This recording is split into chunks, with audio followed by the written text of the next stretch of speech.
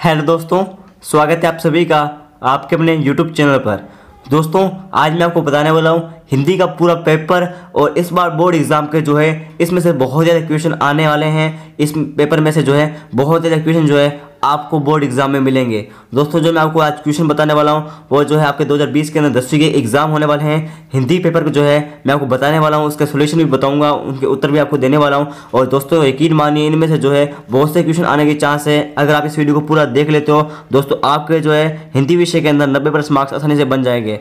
अगर दोस्तों आप भी जो है 90% मार्क्स बनाना चाहते हो हिंदी विषय के अंदर तो दोस्तों इस वीडियो को अंत तक देखिए। तो चलिए दोस्तों शुरुआत करते हैं वीडियो की। उससे पहले छोटी सी रिक्वेस्ट है, इसी तरह की मॉडल पेपर देखने के लिए और इंपॉर्टेंट क्वेश्चन जानने के लिए हमारे चैनल को आप सब्सक्राइब कर लीजिए और बेल को प्रेस कर लीजिए। इसी तरह की जो है आपको वीडियो मिलती रहेगी हर पेपर के लिए। तो चलिए दोस्तों, अगर आपने अभी तक इंग्लिश पेपर की वीडियो नहीं देखी है तो दोस्तों सभी के लिए जो लिंक है मैं आपको डिस्क्रिप्शन में दे दूंगा। तो चलिए दोस्तों शुरुआत करते हैं वीडियो की। दोस्तों, अगर आप जो है इस मॉडल पेपर की पीडीएफ डाउनलोड करना चाहते हो तो आप विजिट कीजिए rklr.in वेबसाइट पर। आपको जो यहाँ पर पीडीएफ मिल जाएगी RBSc 10th क्लास की, और भी आपको यहाँ पीडीएफ देखने को मिल जाएगी। मैं आपको लिंक डिस्क्रिप्शन में दे रहा हूँ, अभी विजिट कीजिए rklr.in को। दोस्तों, जो आपको पेपर आता है वो यहाँ पे 80 नंबर का आता है, जैसा आप सभी जानते ही हैं। तो दोस्तों इसके अंदर आपके 4 खंड होते हैं। देखिए, सबसे पहले यहाँ पे दिया हुआ है परीक्षार्थी के लिए जो आपके सामान्य निर्देश दिए गए हैं। जैसे आपके सामने देखिए, पहला निर्देश है परीक्षार्थी सर्वप्रथम अपने प्रश्न पत्र पर जो है नामांक लिखें, उसके बाद सभी प्रश्न अनिवार्य है। ये तो आप देख लेना, मैं आपको डायरेक्टली आपको क्वेश्चन बताता हूँ, ठीक है। दोस्तों, खंड ए आएगा। खंड ए के अंदर जो है आपका गद्यांश आएगा। गद्यांश में आपको पढ़ के पढ़ाना है और आपको प्रश्न के उत्तर देने हैं, ठीक है। जैसे कि पहला गद्यांश आ चुका है। देखिए, निम्नलिखित गद्यांश को ध्यानपूर्वक पढ़कर दिए गए प्रश्नों के उत्तर दीजिए। जैसा यहाँ पे देखिए गद्यांश आया है वल्लभ भाई पटेल वाला, ठीक है। आपको जो है इसको पूरा पढ़ना है और लास्ट में जितने भी आपके सामने क्वेश्चन पूछे गए हैं आपको जवाब देने हैं। हर क्वेश्चन 1 नंबर का है। जैसे कि यहाँ पे लिखा हुआ है, सबसे पहले जो है क्वेश्चन आता है शीर्षक वाला, ठीक है। हर गद्यांश के अंदर शीर्षक आएगा, चाहे गद्यांश हो पद्यांश हो, उसके अंदर शीर्षक जरूर आता है। जैसे कि इसके अंदर जो है यहाँ पे शीर्षक आया तो दोस्तों इसका शीर्षक हो जाएगा वल्लभ भाई के व्यक्तित्व की विशालता, ठीक है। उसी प्रकार से जो है गद्यांश एकदम सौखा आता है, ठीक है, यानी बहुत ईजी आता है। तो देखिए गद्यांश तो आप आराम से कर लोगे, ठीक है। तो दोस्तों ये आपके 4 नंबर पक्के हो गए। अब बात करते हैं दूसरे नंबर क्वेश्चन की। दोस्तों, दूसरा जो क्वेश्चन आता है वो आपके यहाँ पद्यांश का आता है। जैसे आप देख रहे हो, आपको पूरा पद्यांश पढ़ना है और फिर आपको बताना है कि इसकी आपके सामने जो है नीचे प्रश्न दिए होंगे, आपको उसके उत्तर देने हैं। जैसा कि यहाँ पे लिखा हुआ है, जिंदगी किसका परिणाम है? जिंदगी कई जन्मों के पुण्य कर्मों का परिणाम है। जैसा आप देख रहे हो, आपको पहले ये पूरा जो है पद्यांश पढ़ना है, फिर आपको इसके आंसर देने हैं, ठीक है। इसके अंदर जो है आप पूरे नंबर आसानी से प्राप्त कर लोगे, ठीक है। इस प्रकार से जो है आपके 8 नंबर जो है वो पक्के हो जाते हैं शुरू वाले क्वेश्चनों के अंदर ही, ठीक है। तो चलिए दोस्तों, अब बात करते हैं खंड बे के बारे में। दोस्तों, खंड बे जो है वो आपका सबसे पहले क्वेश्चन आता है खंड बे के अंदर 7वां। दिए गए बिंदुओं के आधार पर निम्नलिखित में से एक विषय पर जो है आपको लगभग 300 शब्दों में आपको निबंध लिखना है। लगभग आपको 30 लाइनों में जो है आपको निबंध लिखना होगा, ठीक है। प्रस्तावना, उसके बारे में महत्व, उपसहार, सब कुछ आपको यहाँ लिखना पड़ेगा। तो दोस्तों मैं आपको 4 आपको निबंध बता रहा हूँ, उन चारों में से जो है एक जरूर आएगा। तो दोस्तों उन चारों को आप अच्छी तरह से तैयार कर लेना उन निबंध को। जैसे कि यहाँ पे पहला जो निबंध है वो है यहाँ पे विज्ञान के लाभ और हानियाँ। आपको बताना है कि विज्ञान के लाभ क्या है, हानियाँ क्या है। और दोस्तों इसके सामने देखिए, आपके सामने जो है प्रस्तावना, आधुनिक आविष्कार, सारे इसके अंदर पॉइंट दिए हुए हैं। दोस्तों आपको पॉइंट अलग से बनाने की कोई जरूरत नहीं है, इसके अंदर आपको हिंट दी हुई है, ओके। और दूसरा है मेरे सपनों का भारत। ये भी बहुत ज़्यादा इंपॉर्टेंट है और इस बार आने के पूरे चांस है। इस जो आपको देख रहा है मेरे सपनों का भारत, ये निबंध आ सकता है, ठीक है। उसी के बाद देखिए तीसरा जो है वो है राष्ट्र की समृद्धि में गाय का क्या योगदान है, ये भी इंपॉर्टेंट है। चौथा है इंटरनेट वरदान है या फिर अभिशाप, ये भी इंपॉर्टेंट है। ये चारों में से जो है एक जो आपको अवश्य देखने को मिलेगा, ठीक है। चलिए ये देखिए, अगर आपको सोल्यूशन चाहिए तो दोस्तों सोल्यूशन भी आपको मिल जाएगा। जैसा कि इसके अंदर सबसे पहले जो है विज्ञान के लाभ तथा हानि का पॉइंट दिए हुए हैं, प्रस्तावना का पूरा उत्तर दिया हुआ है, ठीक है। मैं आपको लास्ट में बता भी दूंगा कि आपको किस प्रकार से डाउनलोड करना है ये। और अभी तक वीडियो को लाइक नहीं किया तो वीडियो को लाइक कर दीजिए, ओके। तो दोस्तों यहाँ तक जो है आपके क्वेश्चन पूरे हो जाते हैं 7, ठीक है, और नंबर भी आपके बहुत अच्छे हो जाते हैं। अब बात करते हैं 8वें क्वेश्चन के बारे में कि जो है 8वां क्वेश्चन जो है किस प्रकार से आने वाला है। दोस्तों 8वां क्वेश्चन जो है वो आपका आएगा पत्थर वाला, यानी आपको पत्थर लिखना है सिंपली। अगर आपको पत्थर लिखना आता है दोस्तों आपके जो है 4 नंबर पक्के हो जाएंगे। तो दोस्तों मैं आपको बता दूं, आपको पत्र बताने वाला हूँ, वो आप पत्र पढ़ लेना और आपके जो है नंबर पूरे हो जाएंगे। जैसे कि इसके अंदर पत्र आया हुआ है, अपने आप को राजकीय उच्च माध्यमिक विद्यालय जयपुर का छात्र। यहाँ पे जयपुर की जगह कुछ भी आ सकता है, जैसे इसके अंदर जयपुर जिला आया हुआ है, देखिए प्रधानाचार्य जी को विद्यालय में खेल सुविधाएं बढ़ाने के लिए आपको यहाँ पे निवेदन पत्र है वो आपको लिखना है। ठीक है, जैसा कि देखिए आपको अगर लिखना नहीं आता दोस्तों, आप देख सकते हो इस प्रकार से आपको लिखना है, सेवा में श्रीमान प्रधानाचार्य महोदय राज्य के उच्च माध्यमिक विद्यालय जयपुर। ठीक है, इस प्रकार से आपको लिखना है और आपके इसके अंदर 4 नंबर पक्के हो जाएंगे। ओके दोस्तों, ये आपका दिया 4 नंबर का आने वाला है, इस प्रकार से आपको लिखना है। लास्ट में आपको देखिए जो नाम दिया है उस प्रकार से नाम लिखना है। जैसे यहाँ पे अर्जुन लिखा हुआ है दोस्तों, अगर आपको यहाँ पे नाम अर्जुन दिया हुआ है दोस्तों, आप अर्जुन लिखो, ना तो आप कोई भी लिख सकते हो, इसके अंदर नाम नहीं दिया हुआ है तो इसके अंदर जो है हिंट के तौर पर अर्जुन लिखा हुआ है। ओके, और तारीख वही लिखनी है, अगर दी हुई है तो अच्छा है, लेकिन उसी दिन की तारीख आपको लिखनी होगी। और इसके बाद जो है अथवा में आया हुआ है, आपका नाम ईशांत है, आप लक्ष्मी नगर जयपुर के हैं, आपके क्षेत्र में अक्सर अनियमित बिजली कटौती की समस्या है। ठीक है, इस प्रकार से आपको पता लिखना है। ये दूसरा है, ये बहुत ज़्यादा इंपॉर्टेंट है बिजली वाला, तो दोस्तों आप इसको अच्छी तरह से तैयार कर लीजिए। ठीक है, जैसे कि मैं लिख रहा है विद्युत विभाग को आपको लिखना है, जयपुर के अंदर आपको ये पत्र लिखना है। ठीक है, सबसे पहले देखिए मैं आपको बता देता हूँ, यहाँ पे आप कुछ भी लिख सकते हो, प्रतिष्ठा में यहाँ पे लिखा हुआ है। ठीक है, फिर आपको विषय लिखना है, फिर आपको महोदय लगा के जो है पूरा पत्र है वो आपको लिखना है, और लास्ट में आपको लिखना है धन्यवाद। फिर जो है नाम दिया हुआ है उसके अंदर आपको यहाँ पे नाम लिखना है, जैसे यहाँ पे निशान दिया हुआ था और एड्रेस भी दिया हुआ था, और आपके जो है यहाँ पे सेक्शन भी है वो यहाँ पे कंप्लीट हो जाता है। ठीक है, अब बात करते हैं सेक्शन सी के बारे में दोस्तों। सेक्शन सी जो है वो आपका व्याकरण का टॉपिक है।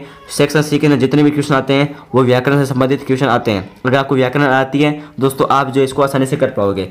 जैसा 9वां क्वेश्चन है, इसके अंदर आपको क्या बतानी है, क्रिया बतानी है। ठीक है, जैसे आप लिखा हुआ है मेहताब जो है खेत जोतता है, आपको बताना है कौन सी क्रिया है इसके अंदर। दोस्तों वाक्य में सकर्मक क्रिया है। ठीक है, जो है मेहताब खेत जोतता है, ये क्या है, एक सकर्मक क्रिया है। आपको परिभाषा भी लिखनी है, साथ में लिखा हुआ है। तो दोस्तों सकर्मक क्रिया वह होती है जिस क्रिया का प्रभाव कर्म पर पड़ता है उसे सकर्मक क्रिया कहते हैं। ठीक है, तो दोस्तों देखिए इसमें जो है जो प्रभाव पड़ रहा है वो साफ तौर पर जो है कर्म पर पड़ रहा है, यानी कि खेत जोतता है। ठीक है, इस प्रकार से तो ये सकर्मक क्रिया होती है। अगर दोस्तों आपका किसी मैथ, फिजिक्स, केमिस्ट्री के क्वेश्चन में डाउट है तो दोस्तों आप जाइए 8400 के व्हाट्सएप नंबर पर उस क्वेश्चन का फोटो क्लिक कीजिए और सेंड कर दीजिए। तुरंत ही जो उसका आंसर है वो आपको वीडियो सीरीज के साथ मिल जाएगा। आप यहाँ पर मैथ की तैयारी क्लास 6 से लेकर class 12 JEE mains JEE advance तक कर सकते हो, और फिजिक्स और केमिस्ट्री की तैयारी आप यहाँ पर क्लास 11 और क्लास 12 की फ्री में कर सकते हो। तो ये जो PDF है वो हमारी टीम के मेंबर प्रकाश सर द्वारा बनाई गई है। जितने भी मैं आपको PDF प्रोवाइड कर रहा हूँ वो प्रकाश सर द्वारा बनाई गई है।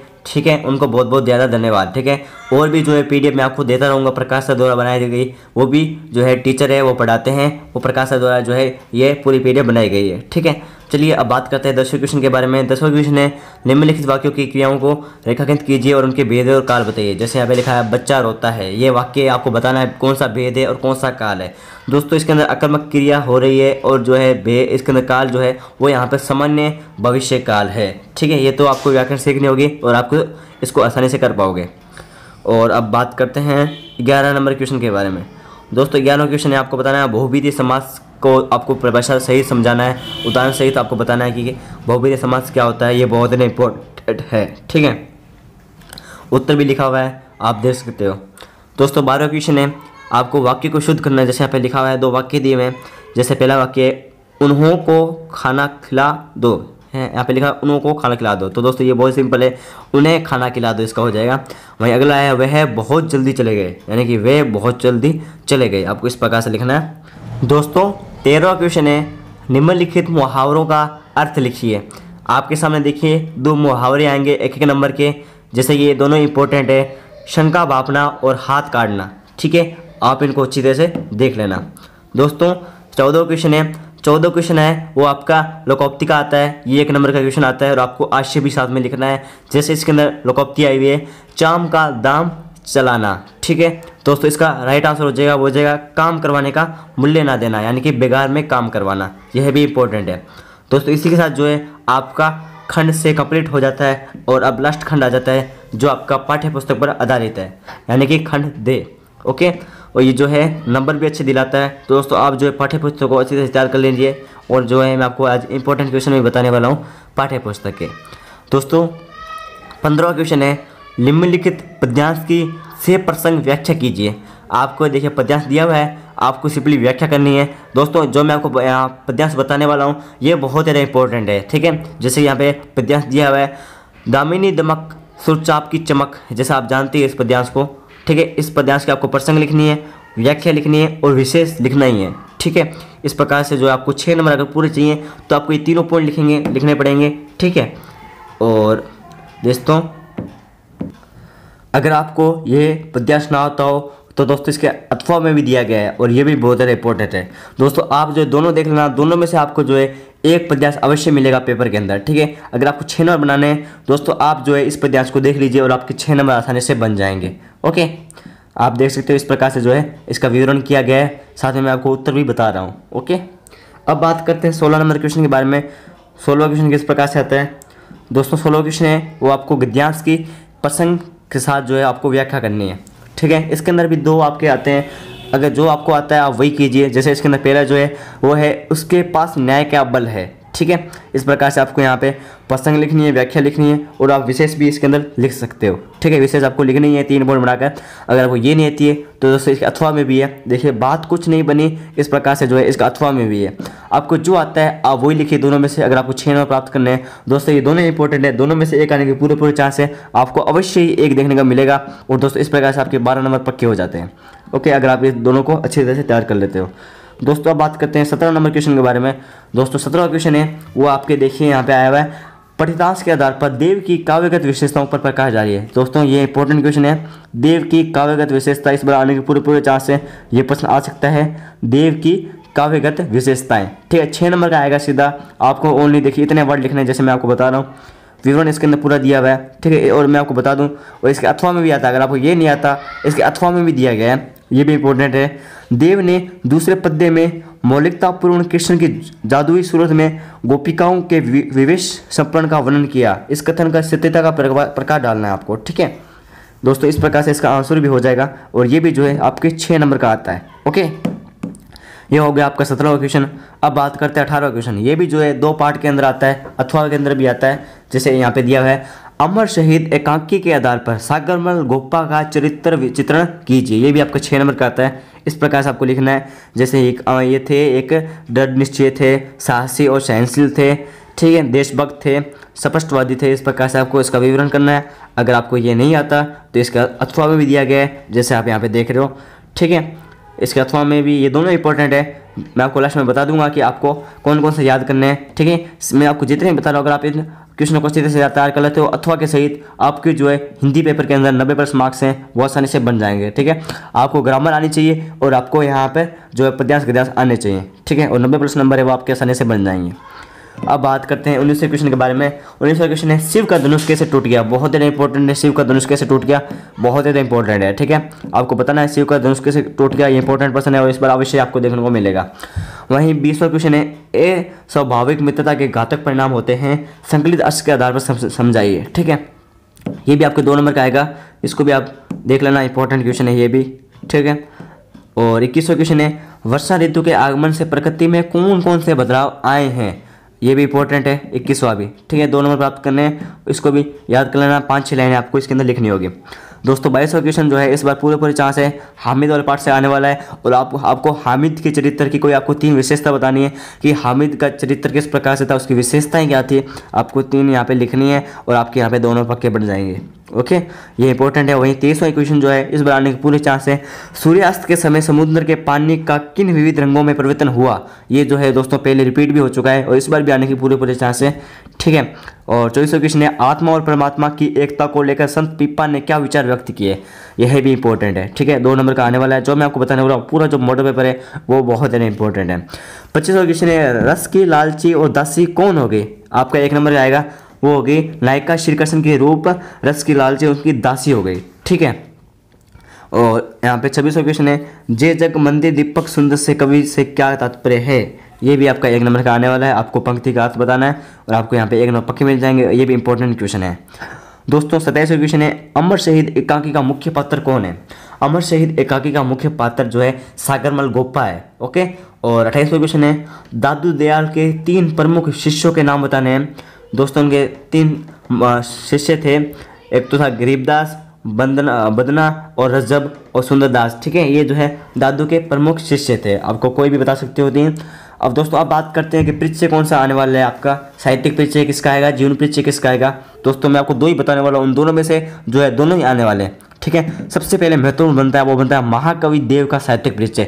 इंपॉर्टेंट है दोस्तों, ये आप इसको पढ़ लेना, ये क्वेश्चन भी आ सकता है और जो है यहाँ पे परिचय के रूप में भी आ सकता है, ठीक है। अगर आपको 4 नंबर प्राप्त करने हैं इसका परिचय आप रट लेना। और तीसरा क्वेश्चन है, इसके अंदर जो है आपको व्यक्तित्व जो है कृत्य के जो आपको परिचय आपको यहाँ पे देना है, ठीक है। यहाँ पे लक्ष्मी नारायण रंगा का जो है आपको यहाँ पे परिचय देना है, ठीक है। इस प्रकार से आपको इस पर 4 नंबर प्राप्त कर लेना है। ये दोनों मॉडल पेपर थे, दोनों इंपॉर्टेंट है, ठीक है। दोनों जो है यहाँ पे आने के पूरे चांस है इन परिचय में से, ठीक है। तो दोस्तों इस वीडियो में मैंने आपको बता दिए हैं, हिंदी विषय का पूरा पेपर बता दिया है कि अगर आपको 90+ मार्क्स प्राप्त करने हैं दोस्तों, आप इन 30 क्वेश्चनों को एक बार और देख लीजिए, याद कर लीजिए और सभी दोस्तों को शेयर कीजिए। जो आपके साथ 10वीं में पढ़ता है उनको शेयर कीजिए ताकि उनके भी हिंदी में अच्छे मार्क्स बन सकें। और हाँ दोस्तों, ज़रूरी सूचना है कि अगर आपने अभी तक चैनल को सब्सक्राइब नहीं कर रखा है तो प्लीज़ चैनल को सब्सक्राइब कर लेना और बेल आइकन प्रेस कर लेना इसी तरह के इंपॉर्टेंट क्वेश्चन पाने के लिए। और हाँ दोस्तों, मैंने सभी आपके जितने भी सब्जेक्ट है सभी के मैंने मॉडल पेपर बना रखे हैं इंपॉर्टेंट क्वेश्चन के, वो आप देख सकते हो, प्ले लिस्ट बना रखी है अलग से मैंने। तो दोस्तों बस इस वीडियो में इतनी अपडेट थी, नेक्स्ट वीडियो मिलेंगे, जब तक के लिए जय हिंद जय भारत। और हाँ दोस्तों, हमारा व्हाट्सएप ग्रुप भी है, उसकी लिंक आपको डिस्क्रिप्शन में मिल जाएगी। Bye bye.